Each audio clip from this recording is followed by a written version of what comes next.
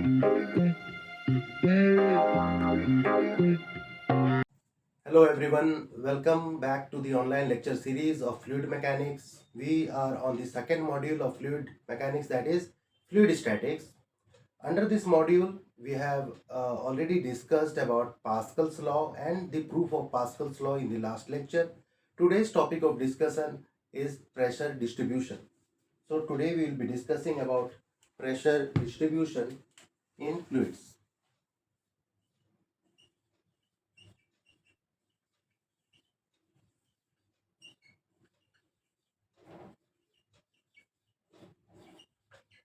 Here we will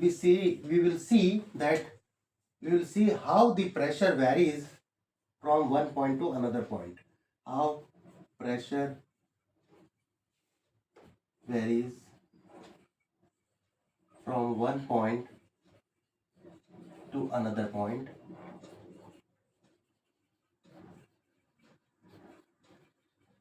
in a fluid, and we shall also see that the pressure does not cause any net force on the fluid element. Pressure does not cause any net force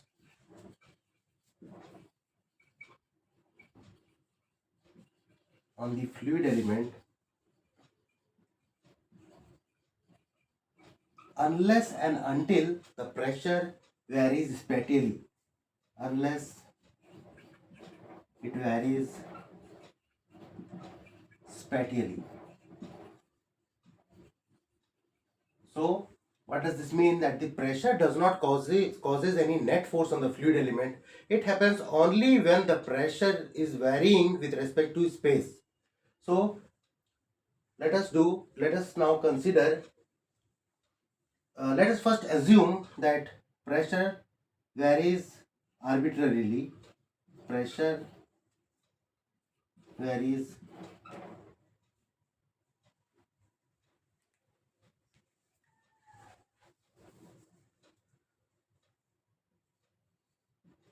let us assume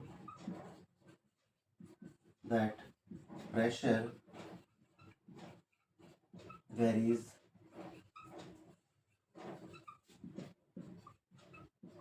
arbitrarily, which means that the pressure is a function of x, y, z and t, which means the pressure is varying along the space coordinates and it also varies with respect to time. This will be our assumption to see whether the pressure is causing any net force or it is the variation of pressure along the space coordinate which causes a net force on the fluid element.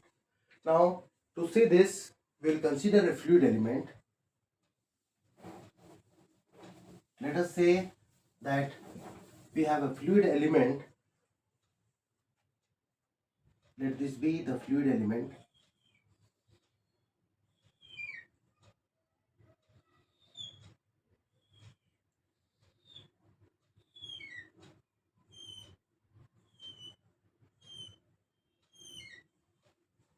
Now, we will say that this is the x-axis. Let this be the y-axis. And let us say that this is the z-axis. Now, marking the dimensions of this fluid element, along the x-axis we have the dimension as dx, along y-axis it is dy, and along the z-axis it is dz. Now, there will be pressure that will be acting on each faces of this fluid element. So, the pressure that will be acting along the positive x-axis, let us indicate it by px.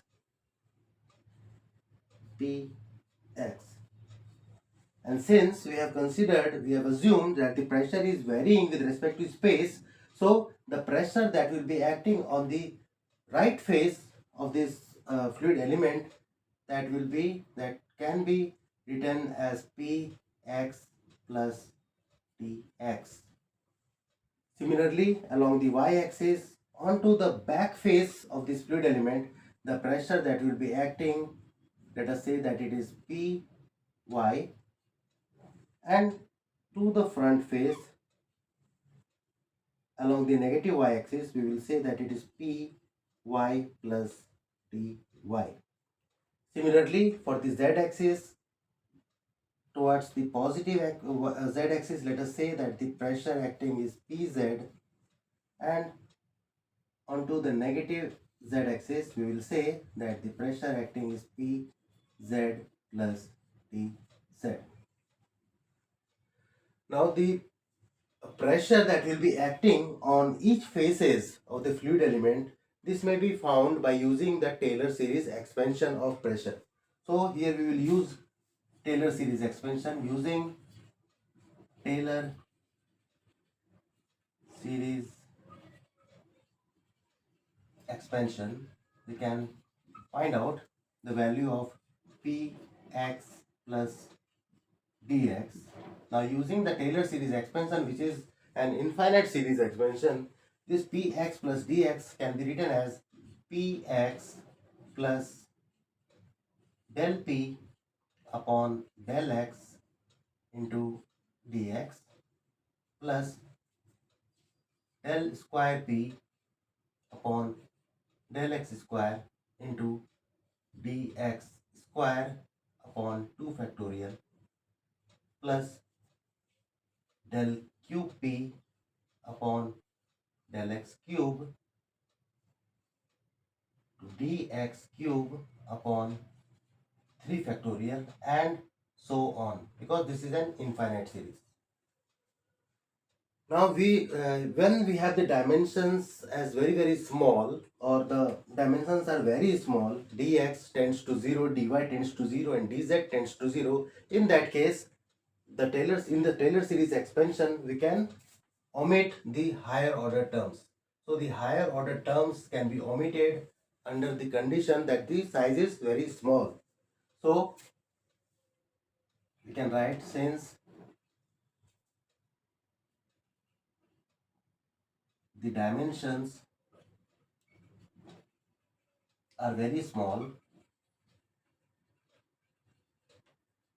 the higher order terms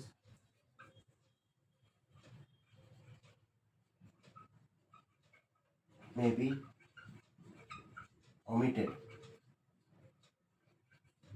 So when we omit the higher order terms, we will get Px plus dx is equal to Px plus del P upon del x into dx.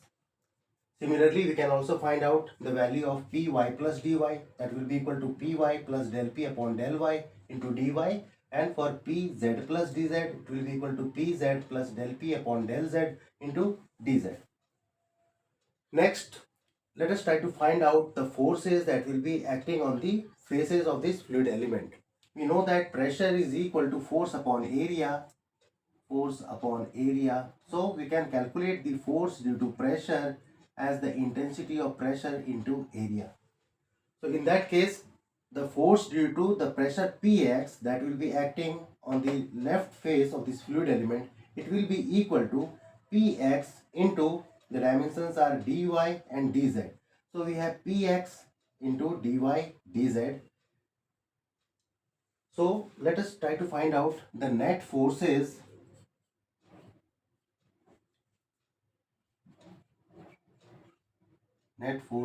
due to pressure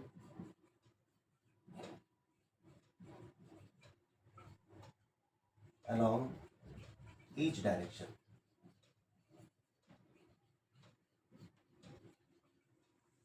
So let us say that dFx represents the net force due to pressure along the x-axis, and this may be calculated as Px into the area, which is dy into dz. So we have Px dy dz minus Px plus dx into dy dz.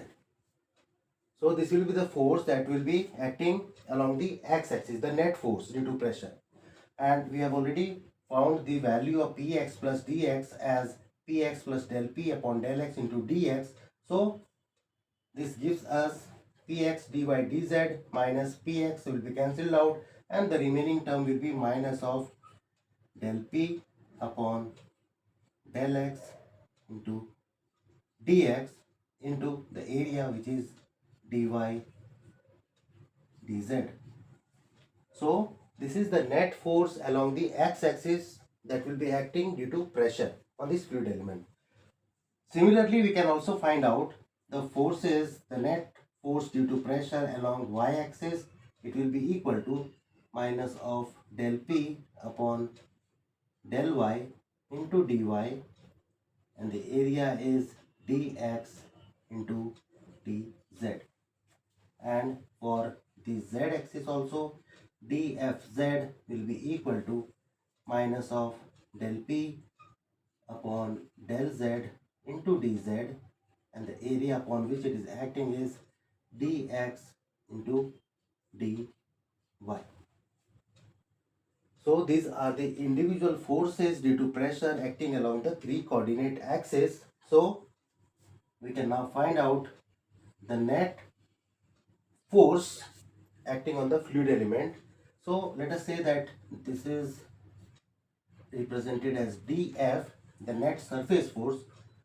The net surface force df surface, it will be equal to, we will add all the 3 terms, so we get minus of del p upon del x dx dy dz minus of del p upon del y dy dx dz, and minus of del p upon del z dz dx into dy.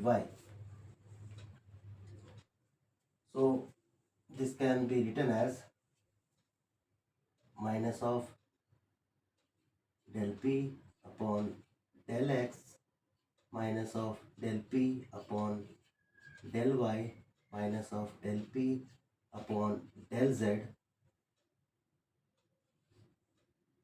into dx dy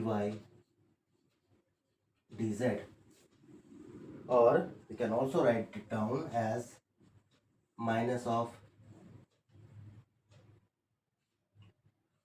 del upon del x plus del upon del y plus del upon del z p dx dy dz. So in the vector form, the same term df surface in the vector form, if we represent it in the vector form dfs, it will be equal to minus of del upon del x I cap plus del upon del y j cap plus del upon del z k cap to p into the volume dx dy dz, and on a per unit volume basis, on a per unit volume basis, we can write down, we can now represent on per unit volume basis the force vector f surface. This can be written as minus of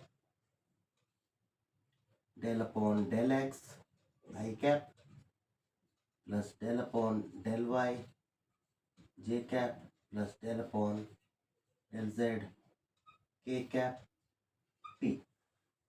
Now in calculus, this very term, this represents the gradient. So we can use the gradient operator to represent this term. So we get here minus of gradient p. So we have f surface as minus of gradient p, where this represents the gradient vector.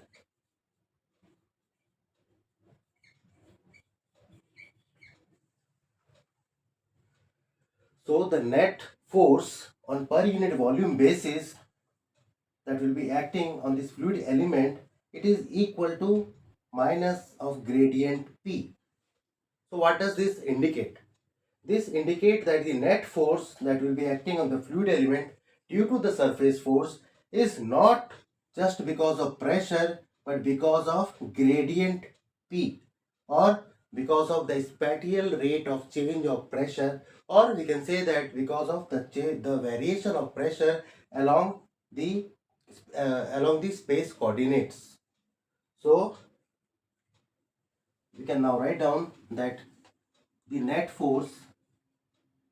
surface force is not due to pressure, rather it is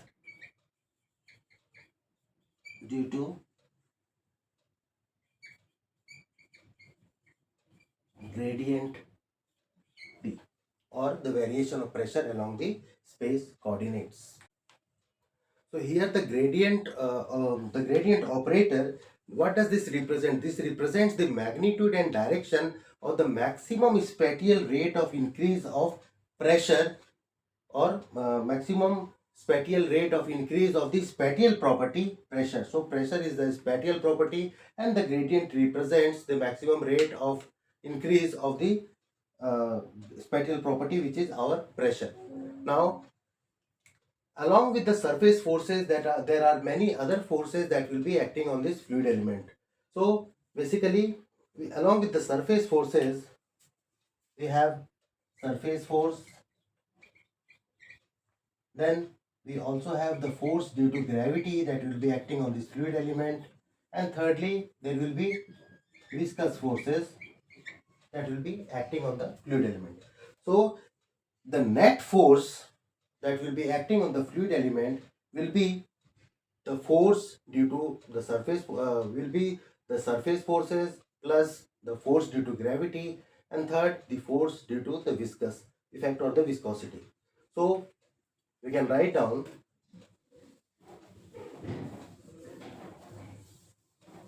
again on per unit volume basis only. We can now write down that the net force F net will be equal to F surface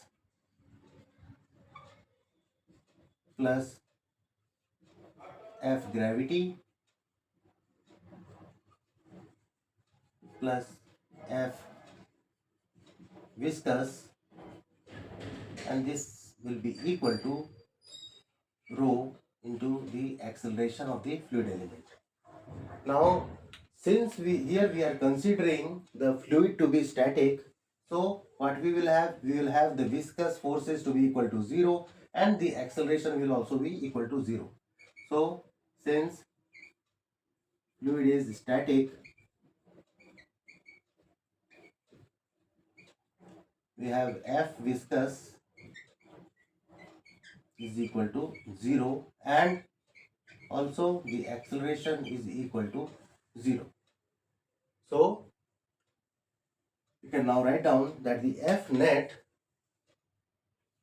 can now be written as F surface. The value of F surface we have got minus of gradient of P plus the force due to gravity, and the force due to gravity on per unit volume basis can be written as rho into G. This will be equal to 0. So therefore we get here minus of gradient P plus rho G vector is equal to 0. Now this equation is known as the fundamental equation of hydrostatics. So this is your fundamental equation of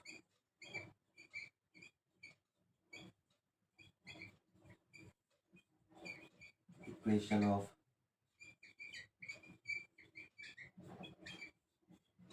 hydrostatics. This can also be written as gradient P equals to rho G. So this is the fundamental equation of hydrostatics that we have got. Now, what does this mean? This means that fluid in hydrostatic condition will align its constant pressure surfaces everywhere normal to the gravity or towards the direction of gravity, which is downwards. So now we can write down, let me erase this part.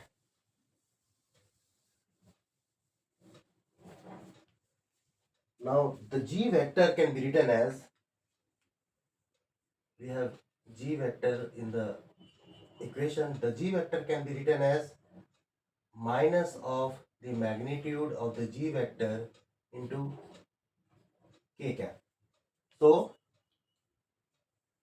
this gradient P can now be written as, now let us put the expression instead of gradient, let us put this term. So what we get here, we will get del P upon del X I cap plus del P upon del Y J cap plus del P upon del Z K cap. This is gradient P and this is equal to rho G vector. So here we will use minus of rho G K cap. Here G represents only the magnitude. Now this in component form,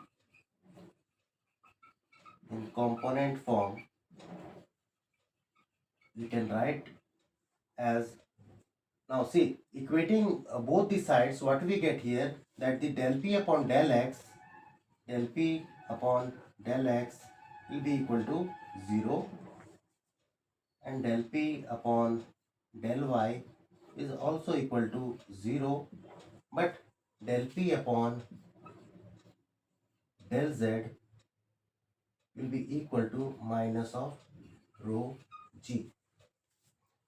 So this is the final expression for the variation of pressure. We see that the pressure is not varying along the x-axis, it is not varying along the y-axis, it is only varying along the z-axis. So del P upon del Z is equal to minus of rho G. Now since del P upon del X is equal to 0 and del P upon del Y is also equal to 0, we can say that the pressure is independent of the x-axis and y-axis. So we can now write down in higher terms. We can directly write down in higher terms. We have this del P upon del Z can now be written as dP upon dz. So we will write down dP upon dz is equal to minus of rho G, or here we get dP is equal to minus of rho G dz. Now using this equation we can find out the difference of pressure between 2 points in a fluid at rest along the z-axis, and this can be calculated as the integration of dP will be equal to the integration of minus of rho G dz. So we can say that this is actually the solution of the hydrostatic equation. Solution of the hydrostatic